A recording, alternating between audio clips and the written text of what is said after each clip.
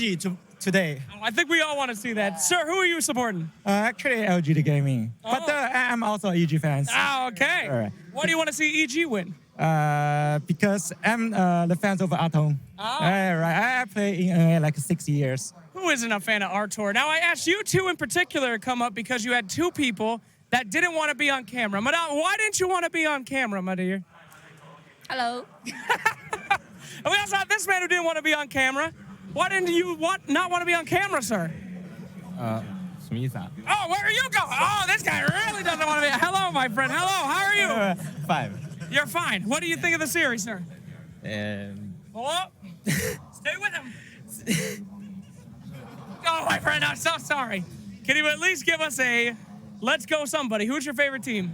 LGD. All right, give me a let's go LGD so you look badass. Let's go LGD. You did your best. All right, guys, we still got energy. Are we still awake in this arena? Let me hear it. A little bit. Woo! One guy back there's got it. All right, yeah! Ooh, I was worried there, Shiva. That was a close one. Thank you very much, guys. Hope you still got energy on that panel. Oh, we definitely do. And I'm already looking forward of seeing the guy that was videotaping the whole thing and seeing his perspective. Oh, man. That's great. I love it. Like, yeah, I'm rooting for OG. I mean, LGD. I mean, OG. I mean, they're good. Yeah. Why don't you want to be on camera? Well, Perfect. As Let he me just runs put you away. in a headlock real quick. all right. Well, we have a little bit of time, and I'm gonna make you guys feel old. You ready? Okay. Yes. Always ready. All right. We've been talking about Smail and how he won his first TI. This is his 5th TI. What? That can't be true. It is true. Why would that make Grant feel old? He's 19. Yeah. I don't look a day over 16. I'm feeling great. What does that mean? I don't know. He's making me feel good. No, it's crazy. I remember the first time I actually met Sumail. It was a D2L, the only tournament I've ever went to in Vegas. Yeah. And he was so young. Sumail, he didn't look good. Like, honestly. He was super picked him up. nervous. Yeah, he was. And it didn't help that there was 40% packet loss during the whole tournament. But, like, this guy, he got last place. He lost to a team with Demon standing in on it. So I was like, this guy can't be the future. And then, Q forward 6 months, he's winning a TI. And what do you know? Didn't EG produce that tournament? Back to you, Sheever. No, they didn't. Yeah, because No, but there Conrad was ran the... there was some affiliation. Yeah, true. there was strong affiliation. Conrad was like the guy who ran production. Well, it was just a trial tournament to get Sumail comfortable with playing And it worked. on stage. It It worked worked. because after that they went to DAC 2015. They went to China. They went to Shanghai and they crushed it. They went on a storm. That was like, Yeah. that was EG's best time. Storm. Probably. I see what you did there. A Thank storm. I get it. I get it. Yeah, what a journey that has been. It's been actually crazy that EG always has been very high at the top in a lot of internationals, and right now, I mean, even if they don't win the next game, they're still top 6, right? Yes, Well, which is still really good, and I'm assuming that they're. I don't think either team's okay with that, though, right? If you ask OG or EG, are you okay with the top 6? They're going to be like, no, it's a win or nothing. It's a win or we don't give a shit kind of thing. Well, you tell me. We're about to see these players take the stage for the 3rd time in this series. Do they look like they will be okay at being top 6? No. That is the face of someone who wants to take a second international. Where's first? Same And here. a second. We actually have 7 TI winners taking the stage right now. And 8 if Crazy. you count coaches. It is. That is absolutely crazy. And they both look confident, right? Like neither team's coming up kind of sad. You see Sumail leading the way, smiling. No Tail on the other side doing the exact same thing. We're just ready for some good Dota. We really, really are. Now, we know that, the best thing to deal with OG is ban out the IO and the MAG. We've seen EG do that both times around. I'm assuming it's going to be happening again. I'm curious to find out what makes these two teams, even if they don't have the IO and the MAG, what makes these two teams be such a good match for each other, because they do tend to push each other to the limits. They do. Will, you Let's- want to take this one? I think it's they have like a similar way of playing. And I don't mean like in terms of like early late game. I think it comes down like to the item timings. It's when Arteezy and Anase like we're both ready to fight at this point. So, and they're willing to push each other at different points. Like, and also they're really highly skilled too. So it just sort of leads to like a nice chess match where one team wants the game to go and end at one point, and conversely it's true too. Like if you see how they play Void, for example, and like how he rotates, he wants to hit his item timing first. He wants like one kill item. Same with Topson, and that's like generally how they move around. And EG sort of similar. They're just like a little bit slower paced. Yeah. In that way. I think it's always Arteezy wants that second item. Yeah. Usually, because he went like first item BKB, right? He went like Yasha BKB this game, I believe. Yeah. And I think it's because he realized like he probably had to fight a little bit earlier than he would have liked. Yeah. I like how they just push each other, and plus like the rivalry aspect of it, I think always just makes the game a little bit more hype. Yeah, it does. They're never just going to go down like, sure, game one was stomped, but that's exactly why it comes back to game two. It's never going to be a straight up 2-0 stomp. No matter what people think, no matter who's the best team in the world, like they're always going to push each other. And you know how often it is, you know, we like a good story, and we like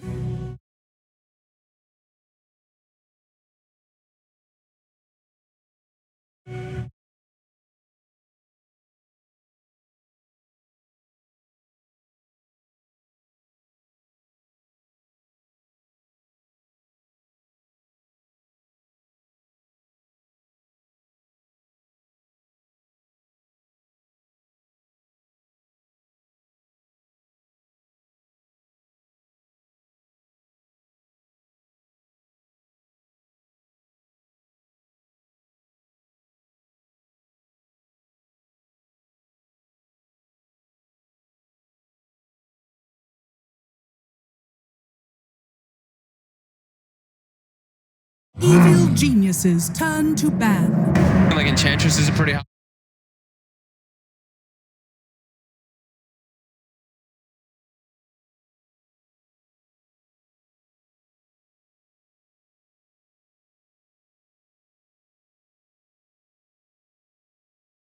Evil geniuses if turn the advantage is given, or as I say that, they pick Enchantress again.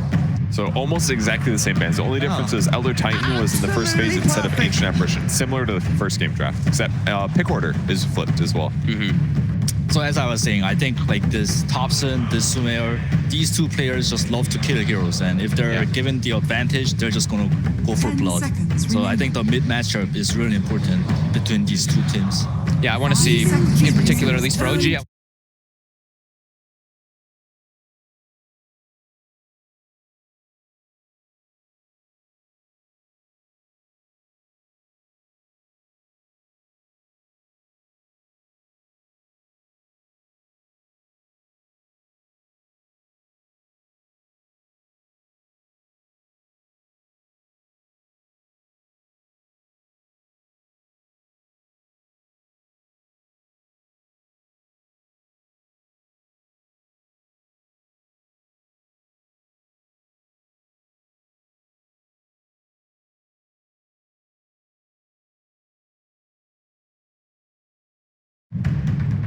I think you leave it open until you see what lane you're against for sure in the mid lane. And I think when you have the Enchantress, it allows you the luxury of actually being able to go for a little bit more of a greedy 4 position, because Enchantress just 5 seconds Enchantress remaining. has a pretty good lane. So you can put a weaker hero with her, and it'll transition into late game well, and the laning stage won't be terrible, right? Yeah. And like Enchantress, like I talked about, game 2 needs some AoE teamfight control, and Invoker provides that on Geniuses position turn to 4, so battle. it can be a position 4. They're actually gonna ban the SD finally. Wasn't being banned out in the last 2 games, but this time I guess because they do have that Mirana and they're not maybe wanting to have a save this time around, because last time, right, they saved that Oracle for last pick to save versus the combo. Yeah, that's right. Faceless Void was integral for OG in the late game. In the mid game, he ate a lot of arrows. Maybe a good thing, but yeah, not going to have that this game. So it's going to be a lot harder for OG to set up guaranteed teamfight wins later on. Yeah, Void and Invoker is such a devastating combo together. The Void Chrono to Cataclysm in the late game is pretty devastating, so I think they're just taking that out. I love seeing, you know, TI is so great because you always like do the full circle back to like either super carries getting picked up like anti-mage, or it's just like these massive team fight lineups that just constantly are battling. Like you were mentioning in the last game, we had 50-something kills in the 40-minute mark, or even more than that, something like that. It's just non-stop aggression, non-stop fighting, non-stop trying to take these battles. And usually the team with the better team fight at the TI main stage ends up having an easier time, at least at executing. It just really helps when you have a hero that can grasp win. Like, you know where they are, you see them, you can jump in, hard disable them, guarantee kills. That makes a huge difference. It really helped against the Terrorblade, especially. Once you Chronosphere him, you're like, okay, if you don't have a save, you're dead, period. It makes the game a lot easier. Especially for these teams too. I think EG, OG, compared to like these Chinese teams, they really love to fight early and just like spill a lot of blood. Evil geniuses. We'll see if they can do battle. the same thing. Centaur banned now. Mobile hero, burst damage, has a pretty good time getting his team on top of the enemy team. So maybe they're worried about the carry versus offlane matchup. What do you guys think? It can be a setup for the Mirana arrow later on, and it's either Sand King or Centaur, and EG doesn't have ET this time around, so Centaur ban does make a bit of sense. So you think Sand King's not as bad now? Because the ET's not there? Yeah, it's definitely worse, because Sand King Mirana, the 2-pro combo, yes, the damage is there, but it's too like one-dimensional, the damage. Like, it's bad against BKBs, it's gonna fall off eventually because the damage is linear, it doesn't scale well.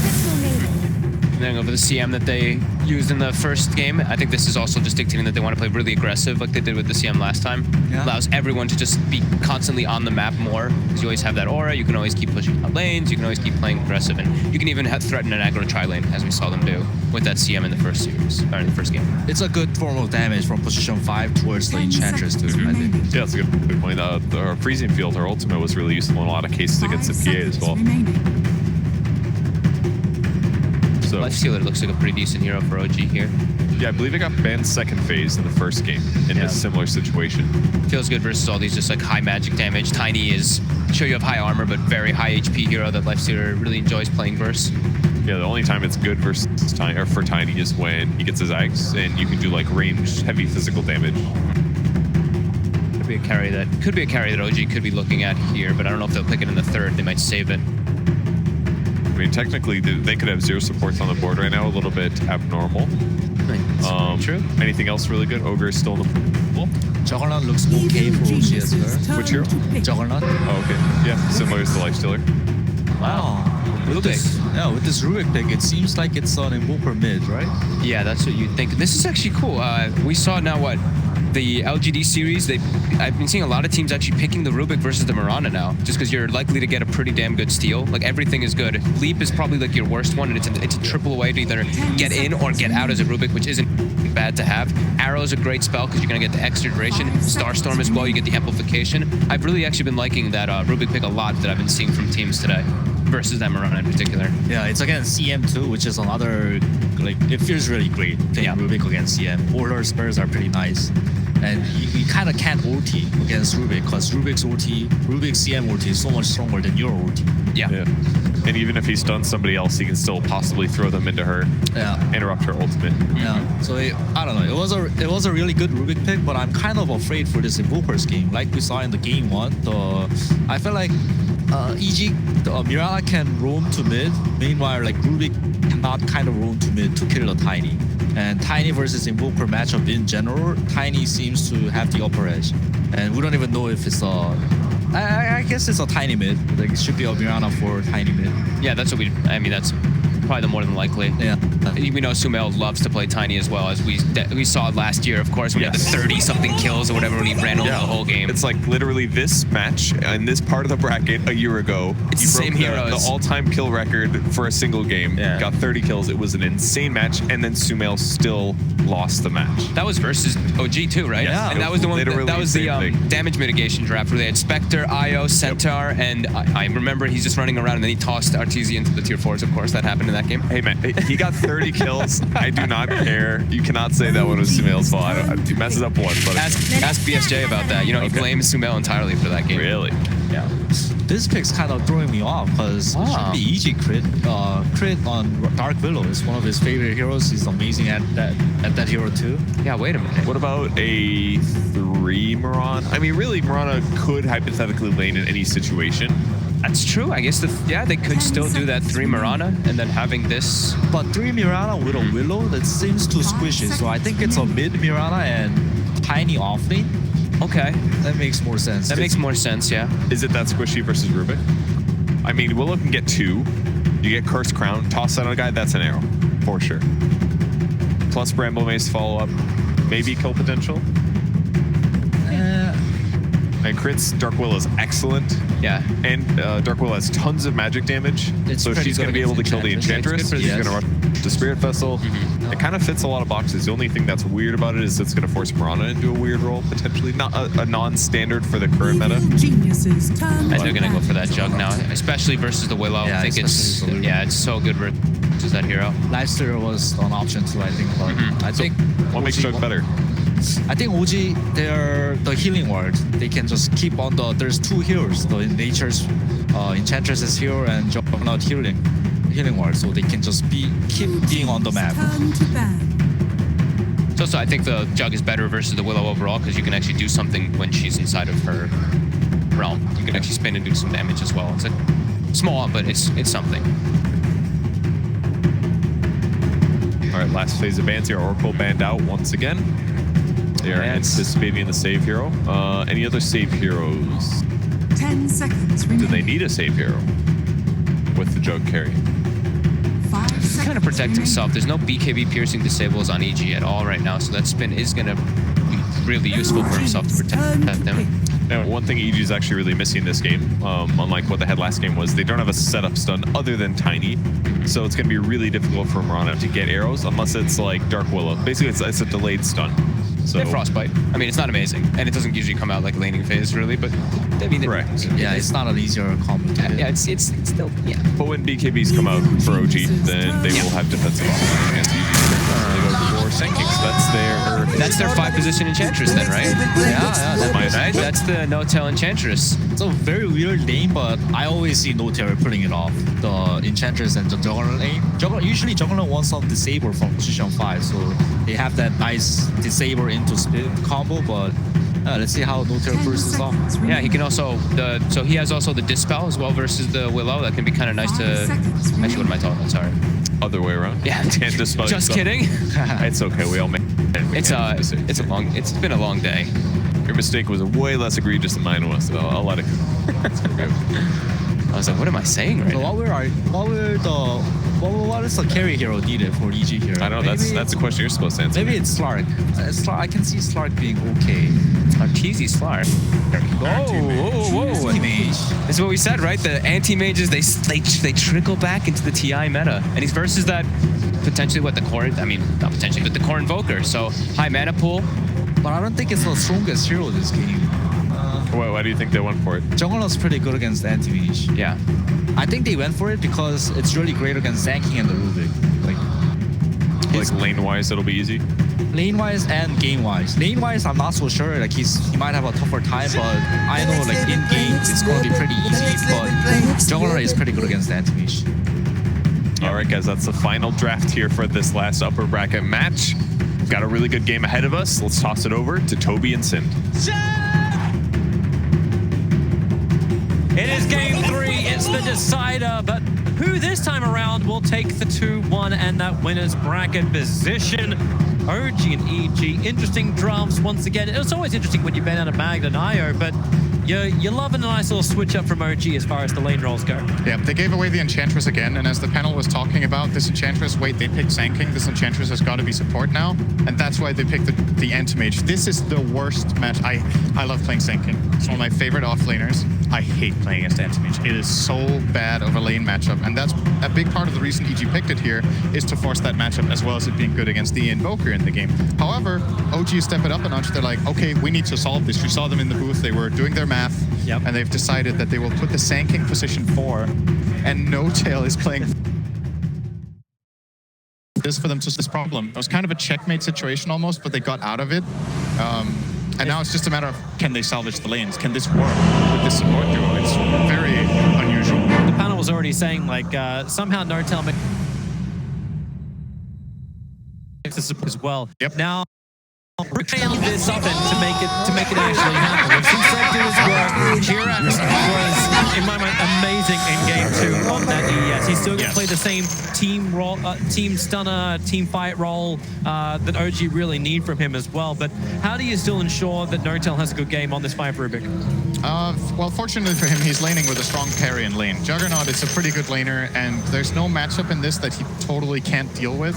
So it's not a combination, right? Like Rubik and Juggernaut together is spin and telekinesis grab. It's old, but yes, it could still work. But the problem with that is Rubik deals so little damage. That's the problem with that combo in the start. When Rubik hits level 3 and has 2 in Fateful, sure. But if you compare it to something like Lich Jugger or Crystal Maiden Jugger, there's just way more in the way of damage from those two supports in the lane. So it's definitely a weaker version. But I honestly, I just love it from OG that they're doing this, because I think it's a very creative and probably ideal solution to the problem that they have to solve. The question is if it's good enough. And it's also about what lanes they get. Because sure, you get the core Zanking out of the problem against Anti-Mage, but guess what? Support Zanking also hates facing Anti-Mage. So you still need to get the lanes right and go from there. And it looks like EG might have the right read in this game. They've put their tiny top so far. And Anti-Mage is down on the bottom lane with Blind. Yeah, they want the Anti-Mage to avoid the Ench. So that will mean Anti-Mage will not play against Zanking. So there's a bit of a win for both teams in that sense. Zanking will have a better time up here, but Anti-Mage will also be avoiding the Ench. That was nice from Fly right underneath the Juggernaut, grabs the rune. So it's 3 for 1 at the very beginning. This aggro tri-lane from EG is very unorthodox, by the way. Crystal Maiden, Dark Willow, Anti-Mage aggro tri-lane. It's like, you go for the Nova, then they have to navigate the Bramble at slow speed. Like, this can't last for long, can it? Well, it's kind of good news for Ana, because he's good against this lane. But Notail could have a very hard time, and the question is how much farm he's going to get. Oh, that's some really good damage into Ana already, actually. They're playing without a healing cell. Meanwhile, bottom lane. Yeah. Bottom lane, they go ham. Samael's taking a lot of damage. S4's having a hard time walking away from Jirax on the top. With a nice observe ward under, like, just on the other side of trees. So they're able to see S4, any support that comes his way. Mainly the T4 from Fly. He got 3 free hits in on Ana, just burning off the mana as fast as possible. So Ana has to dig into the mango and then That's a great grab. That's some serious damage. Is he going to spin? He has to thing up and 6 HP. Anna is down. Crit gets the reach. He refused to skill spin because he feels like he needs healing more to sustain. And he's back down. He still hasn't put in his skill point and hasn't bought any extra regen. There's no salve still coming in. N0tail had the gold for it. Honestly surprised that they didn't drop some regen and bring that with Ana's TP. And now the EG have the advantage. They're flying to the top lane. 8 for 3 against 1-0.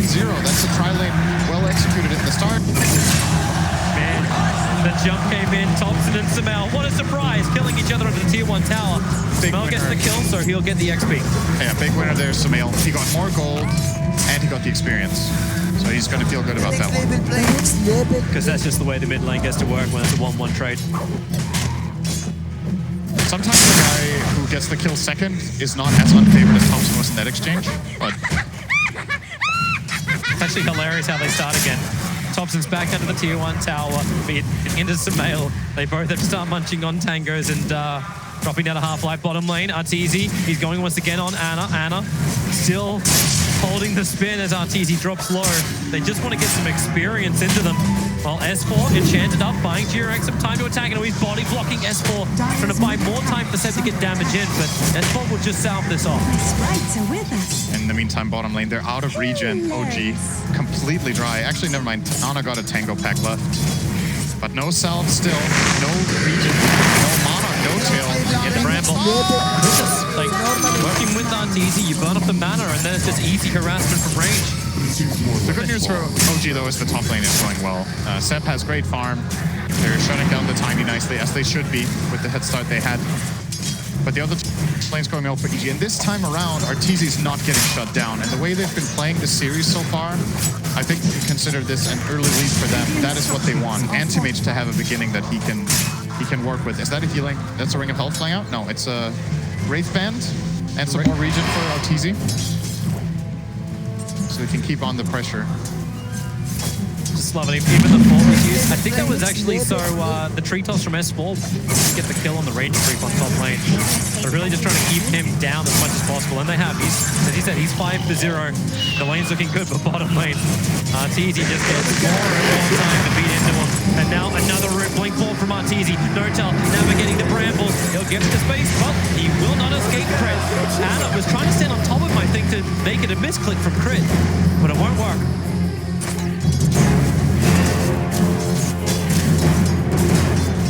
And I wonder how Ana's going to recover this time around. We saw in the Void game, the lane might have been a little bit hard, but he recovered nicely. This time around, it just feels harder. Their lane is Rubik Jugger. How are they supposed to kill in this lane? It's an anti-mage and a Willow.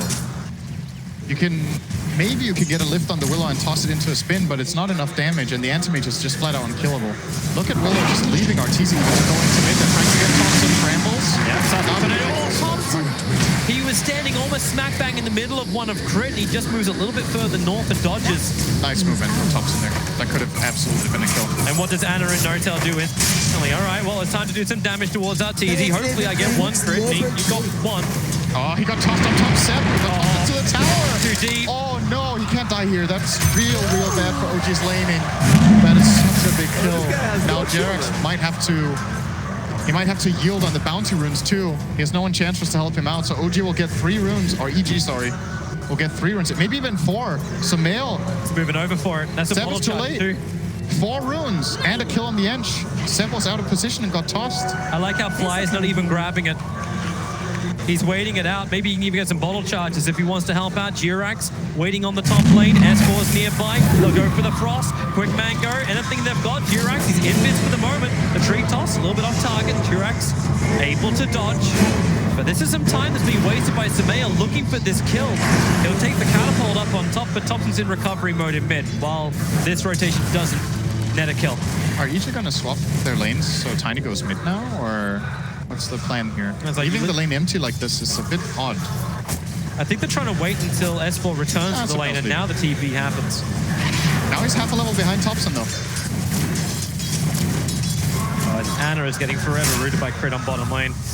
There's one tango left. He'll have to consume the mango in order to have enough to get the healing ward down, but how's he meant to be farming under here? And instantly taken care of by Crit. There's no sustain at all. It's almost like there's no hope for Randa down here. Crit gets that extra mana coming in constantly from the Maiden Aura. He might be dying here, though, if N0tail gets the lift. JerAx is in range. Not anymore now. He's going to wrap around. Like, which one's real? I need to choose. I prefer to get the kill over on Arteezy, but it seems impossible unless they have full control. Pick up, throw down. Oh no! The spell shield's leveled up at 4. And Arteezy just trades places with Jura.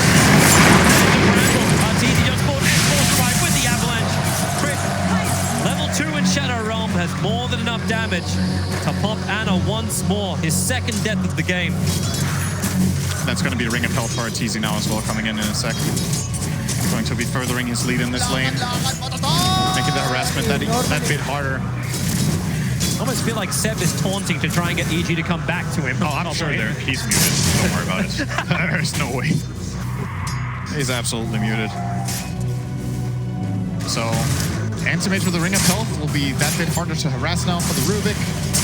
He's going to continue his farming down here in the bottom lane. It really feels like Topson's just had the last 3 minutes by himself in mid lane. That's the biggest difference between this game and the other Invoker game, is that Topson is having a much better time this time around, and we know what kind of tempo he can set for his team this kind of games. But does he have targets? It's hard to kill Willow as Invoker. It's hard to kill the Anti-Mage as Invoker. It's hard to kill Mirana as Invoker. And even the tiny, the targets, it's easy to kill Maiden. So it's almost like you need to pick up an Orchid in order to get the kills on these guys. So they don't counter you back. He needs someone to combine with, but the best player for him to combine with is the same.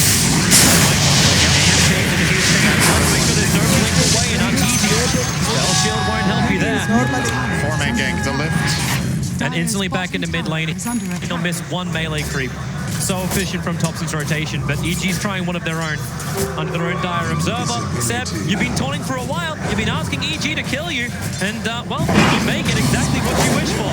Seb gets the 1 level up in attendance, stick charges, but he's got the Curse Crown on him. He can't walk this off. The TP's coming in from Rubik. N0tail will look to create the space, and Seb, well, he can walk it off.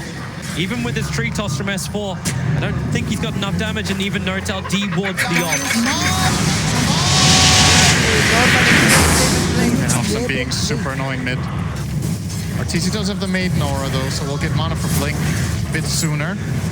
Has the stick charges if he really needs to blink. Seb's just moving though. It's like, okay, well, Curse Crown me. Topson's ready to fight. Topson advances. S4 able to do it, but JerAx, he gets a double stun of his own. They get the telekinesis grab over on S4, but JerAx, he's focusing over on Crit. He's in that cold snap for the control. S4 now comes up as well up the hill, realizes OG, he owns this part of the map. He actually gets the damage, he's gonna die from the fall. JerAx on the perfect layer, but it'll still work nonetheless. So now, Van burned out of mana. He's bottle charging up. Seb needs to give the attendance over towards Topson. Now they can turn their attack over. Fly, he's arrived as well, looking for that damage. Have they got enough? Samel has the lead distance to get away to safety. But Crit, he wants to turn around Topson. Again, that first round, it's gonna get the stun. The boss, it will not be enough life and sustain to keep Topson alive, and Samel will quite happily take that kill. And there's so much happening on the map right now. And guess who the biggest winner is? As it always is with OG. Ana was bottom the whole time. So much space being made for him. He's caught up. He's actually overtaken Arteezy now after that very difficult laning stage in the beginning. The 1 kill they got bottom, and then this move mid created a lot of time for him. 10-minute runes, here we go again. If you thought it was going to simmer down, JerAx will take the bounty to begin with. They're looking over towards Crit. JerAx looking to actually cut through. It's a level 3 burrow, so he's not in range. And the Shadow Realm being used to just protect Crit for the moment. And he'll slap that extra attack into N0tail for sure. Meanwhile, Topson alone in mid lane. Yep. It feels like the old classic, as you said, like Ana gets space, but then when you go down to deal with Ana, you deal with another lane, then Topson gets space. Like, which poison do you want to die to here? The only other choice is to kill them all. EMP tornado from Topson in mid. Crit, he's ready to move around and work here with Fly. Samel will take the damage. He's got the 1 charge for the Curse Crown, and Rokas are walking out of here. He'll go invis, but it won't help him. In the meantime, though, Arteezy is not getting a single creep. OG are putting their own pressure up top where Arteezy is playing.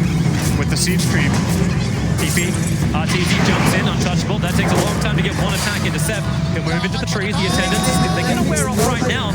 But Arteezy's blinked himself forward, so Seb is quite happy to do max damage to that anti-mage.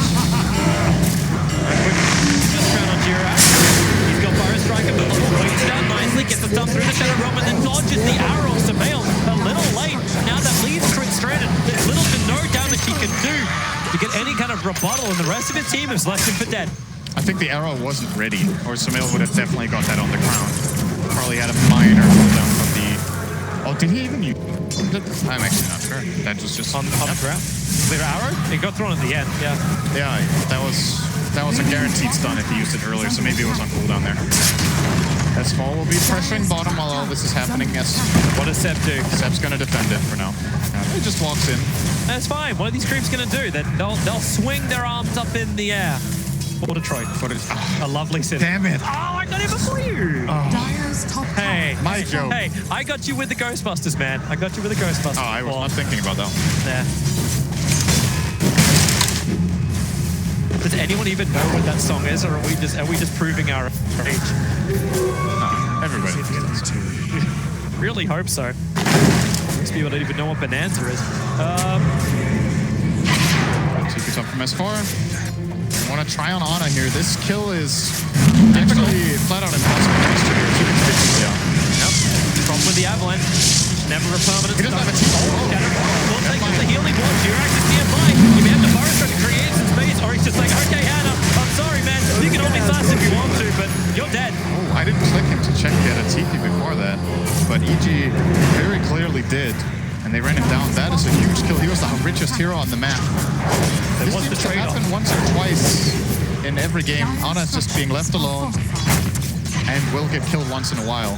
These kills are big. I remember the analyst panel, they're talking about like the way OG players like, hey, we're up on the top lane, and it was always Seb who was kind of the one who was out too far. It's like, hey, come and kill me. How many heroes did it take from EG to kill off the Juggernaut? Yeah, he's worth a lot, but then you get heavy damage into the tier 1 towers. Seb, who was the #1, they're giving more back into him, and he's going to try and return it in with a drums build early on and just add that level of pressure. And meanwhile, top and also farming up.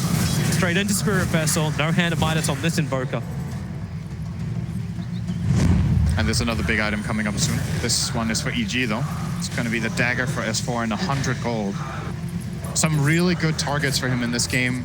A lot of the Radiant heroes don't have too much max health. The Rubik support dies very easily. The Invoker dies really easily. The Enchantress also dies easily if there's a little bit of follow-up. Speaking of Enchantress, they're actually, again, they're trying. It's not happening. No. There's more support coming in under the cover of smoke to both sides. Arteezy was being hunted, but Arteezy's game sense is tingling. He just moves away and goes down to the Trinity camp we were talking about. Everyone being affected by own jungle. Gives over the sentries now being dewatered out. Lot of blame set. Yep. Okay. Fly. Okay. Hey, real CM's channel full duration. They threw everything in the kitchen at him. Not just the sink that time. Well, they'll get a lot of it back. Sumail's found a regeneration rune in bottom river. Sumail not skilling Moonlight Shadow, by the way. What is this? Not a single point in it? I mean, he could only have one, but he's level 10. He went for the 200 health instead. It can be really useful for his team. Like, it can be the difference maker, but whether AM survives a gank or not. Is that worth 1 point in arrow? How about that? Okay. I was actually kind of wondering too, like how he would build in. We were kind of tossing up like, where do you get a lot of your physical damage from? Like, how do you make sure you like? Obviously, there's no physical build coming in this time around. There's 200 health. We're not going to 15 damage, and he's going in for Aghanim Scepter. Huge lane clearance, and something that OG may not have an easy answer to. Like, both cores are going for Battle Furies, but Anti-Mage as well as Mirana, they clean waves up so quickly, and they're so highly maneuverable. Mid tower. Yep. TP comes in. Spin from Ana. Fear will be there, and that's going to force the Enchantress to run away. And Ana's in pretty deep. Still has Omnislash available. The heavy man now takes the Demon in. And Chris, well, he'll stand there, and he'll take the entire Omnislash. As the rest of EG back up behind the tier 2. It was a good idea from S4, but he missed the toss on the Jugger. He tossed a creep instead that got in the way. Seb, you're coming from the man. They're under a shrine. He's got a lot more Avalanche. Tops up. Hits the arrow. And Thompson's trying to help out with the cold snap, pushing Spell away. Enchantress now going to get the shrine off. Lutel's still there. The Mana Boy now peeking. They're all both right. It is an absolute drought of EG. Oh, Arteezy's not going to be happy with that one. The arrow from Sumail well on target of Invoker. Pull that fight now. The Curse Brand. Oh, everyone's there together again. Maybe there's some damage from the Venom, but then the Fire Strike from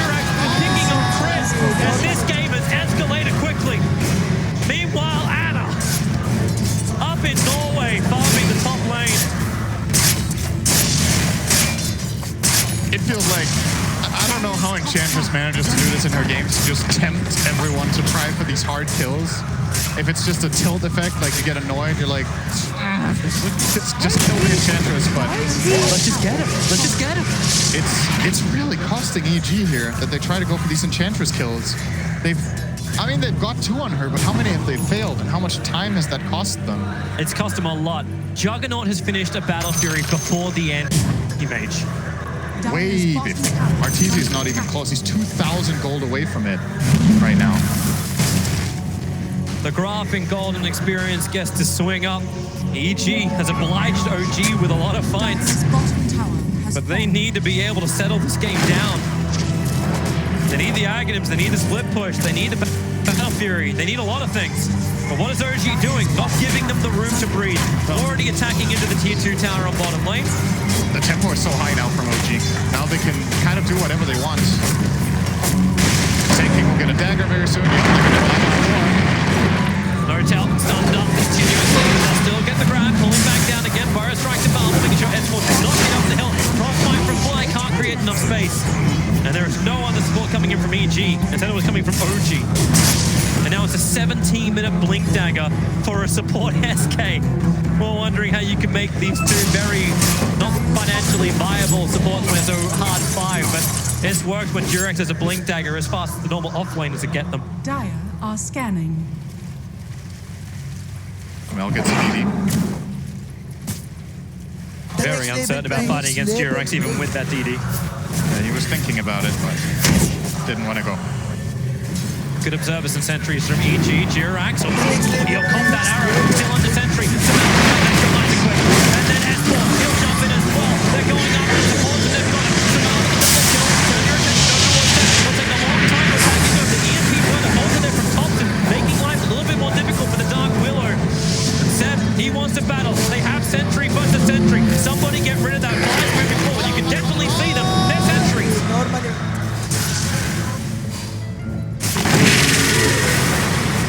That's a good combo. Really good jump in. The Bramble. He'll catch out Anna. He's got Omni Flash. He can turn around right now. There's only one creep that's there. They're doing all the spin damage into S4 that he has to burn the ultimate from Anna. He'll crit in the end. I think S4, or sorry, not S4, I think Sumail put an arrow because Seb was running in front of him, so they couldn't combo on that to get another kill.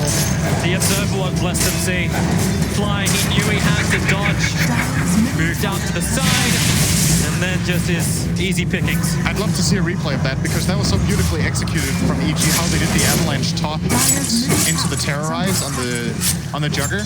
All they needed was to connect an arrow, but I think Seb just ran in front of the Sumail Mirana and he couldn't land it. That's got to be what happened, and that's huge for the outcome of that. Instead of losing their biggest core, they get 2 kills. Sure, Arteezy's getting some space, but man, this is, by his standards, super late Battle Fury. And he had a good start, too. Chris Depp, EMP Tornado catching him up on the top for Shadow Roll. Will add some protection. He's got one more man to work with. Get the damage into Nortel, hung around a little longer. Arrow, and Fly sword, a nice one. 3 seconds started. Over on the Rabbit will now go down and Fly. They kill off Thompson. EG, they needed something, and that's something. Seb? Okay. Solo. Maybe I won't. Anna's nearby. Arteezy. Counterspell up and running. Anna's not going to take that risk of an Omni Slash. Maybe now it's time to pick up those bounty runes. 4 of them on the field. They've been there for 30 seconds. An unusual occurrence for 20-minute bounty runes. Yep. But they're just starting with 26 kills 20 minutes into this game. Sumail with the scouting arrow. Doesn't find anyone. If Jerax knew, he would have taken the other one, I think, as well. He gets one. That's I think 3 for 1 trade on bounty runes in total. Once Ana gets his shit together and takes this one. He doesn't want it, I don't know. He wants to push the wave first, that's fine. Now he's going to take it on the way back. Farm the big camp. And Jerax is really just trying to stay on Arteezy like a tick. Dude, is he doing this to just annoy us? It's there. He's not baiting it either. It's income. It's coming in value. Maybe 1 gold, but it's value. He felt like nobody from EG was going to come and try to take that. Because if he was not set up as a bait, there was nobody there that would have killed him. Your Alacrity buff ups up. Attack speed increased by 100, damage by 10. And Roshan, difficult to kill off. Once again, this Enchantress. Even Roshan thinks he's untouchable. So what does EG do? They scan Roshan. They know what's going on, but how fast can you move over? You're gathering for a smoke, but Roshan's practically dead. 1.4K, 1K, and they're dead, going for what? Nothing. TP over does nothing. They stay with the lanes. Radiant structures are fortified. And Jarek's is set up bottom. They want to connect over and try to kill RTZ probably. Never mind. He's not going to go for it. He's just going to push out the wave. Just counterspelling just in case. OG can move up through mid. It has been the name of their game throughout this tournament. 20 minutes, 22 minutes hits. Let's go high ground, boys. Out of the front lineup. Able to get quick tangle, but hey, spin's also great for Mana. Samel's getting some level of damage. They have so much sustain. They have the Enchantress heal. They have Healing Ward. They're going to go in with the next wave. He has the spin and Electricity. They're just going to slowly chip this down. And Arteezy, in the meantime, has to try to get as much as possible. They don't want to take this fight because, realistically, OG are not favored in this. Here we go again. Spin, attack, Fortify has to be used. Arteezy, as he said, like, he's refusing to join this fight. EG just have to hold the high ground. They might have to lose Rex, too, actually, before they can fight. I think Arteezy without Manta in this game is not going to be particularly useful. Thompson's hunting. 460 move speed inside of that Ghost Walk. Yep. Looking for a target, actually just inside the smoke. Like, that's not OG Ghost backing Walk. off, this became pretty obvious to Arteezy that something is up. But this is the thing about Quaswix Invoker compared to Exort Invoker is Invokers playing this build are generally really high on mana, so you will be looking for, okay, maybe Arteezy can come in toward the end of the fight, get a big mana wave that gets kills, but if you hit the CMP on a couple of heroes, you're super high on mana the whole time. And even that won't be an option for him. EG's coming out. Moonlight Shadow and Smoke being committed. They want to wrap around the back. They want to do something about Jirax. Probably need a ward up on this hillside to make it happen. CM's got one, both Sentry and Observer. I dropped the Sentry to begin with, Observer straight after. So while that's been happening, there was no defense. Tier 3 tower is gone. There's even a couple of creeps to help the push go. Adam spins. Now he's going to take the melee rack. You said EG may have to pay the price for the top. They find one. In deep. They're on the tier 4 tower. The arrow looking to get the kill. He's just totally stranded. Adam will find the kill. Why can't let it go? Adam taking through all of this, however. Let's just stay. I thought EG are meant to be Captain America, but OG, they can do this all day. And the pulse now. That's not going to follow around 14 HP. That's not right now. Just got no tail. He stole the blade from NTC. It just in. Of course you can do that. Finds the kill. Nice chase up. Over on top of 5 seconds up. There's no one from EG who can get close. Jirax comes in with the epicenter. Expecting EG to engage, but they're not there. And OG looks for another lane of racks. Pushing through. Fred, he's getting the chip damage in the top. Where's your jump? EG is still farming in mid lane. He will not join. AJ is not finished farming, but S4 is dead for 70 seconds. He's losing his teammates. And what does Arteezy want to do? The answer for Anti-Mage, keep on farming. What's OG going to do? Keep on pushing. Sounds good to me. There's no time in 50 seconds. This is... It's over. They don't have the damage. They can't kill these heroes.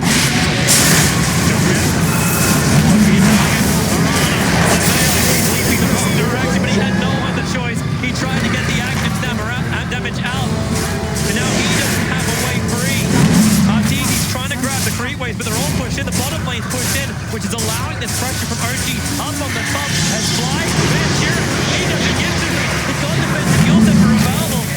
Triple gets some chip damage into Nortel, but he's still alive. BKB is up for Arteezy. Now's the time, but he's getting picked up. Thrown away. All that farming is running in a G. Arteezy, well, they'll take one kill. Over onto Nortel. They'll blink away. Regeneration is required. Salving up so they can get back to the front lines. They can't lose all these lanes of right. Time to get back up again. The TV's taking the sideline. Here comes S4.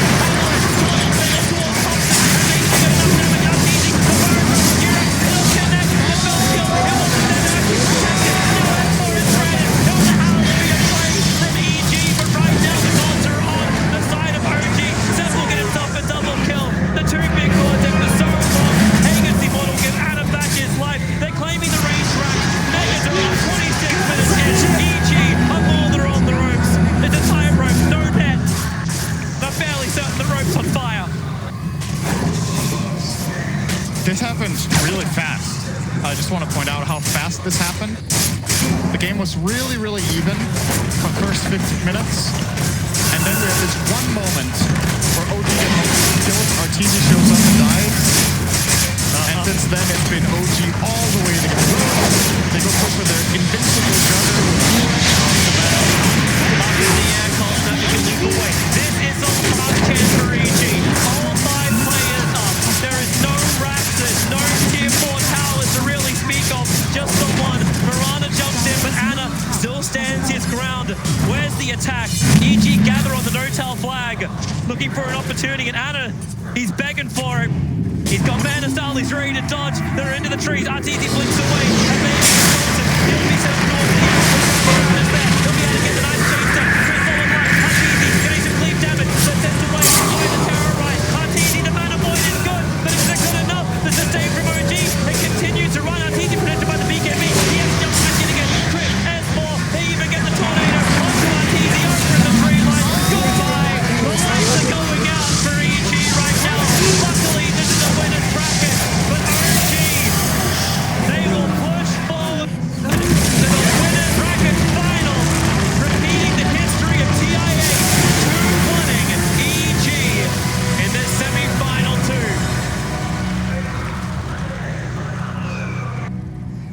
That's, you know what? This game is Anti-Mage in a nutshell right now. If you have a good start, you have a good laning stage, this hero, it needs time, it needs space. Arteezy, with just these 2 deaths and the limited farm that he ended up having, just gets overtaken. He gets eclipsed by this Juggernaut super quickly. And then when it comes to defense, well, guess what? You have an Anti-Mage. It's kind of 4 on 5. Uchi run them over, they put so much pressure, they take the Roche, they go for all the racks in one streak. And they made it look really easy, but in this replay for EG, there's like 1 or 2 moments to go and look back on and be like, man, if we don't go for the Enchantress, this game is so different. And this hero is proving to be a huge problem. They won all 3 games in the series. It was a big nuisance to the other team in all 3 of the games. But you gotta, against OG, you gotta choose. What do you want to ban? And you gotta do something. OG, they're looking absolutely amazing. Even without Io, even without Mag, they are a world-class team looking to potentially be the first team to get back-to-back victories. Will it be possible? They look good. They look amazing. Doubters, if you thought last year was maybe a fluke, OG are looking to prove it right now. They're cool, calm, and most definitely happy. Very happy indeed. A year in between, 2 of the same rosters meeting on the grand stage of the International. The same result, OG moving forward, EG dropping to the lower bracket. May I just also say, the handshake wasn't as hype as I was hoping it would be. What were you hoping for? I don't know. Maybe, either the turnaround where they, go hug each other. Yeah. Or Fly walks up, suplexes No Tail, WWE style. Or that.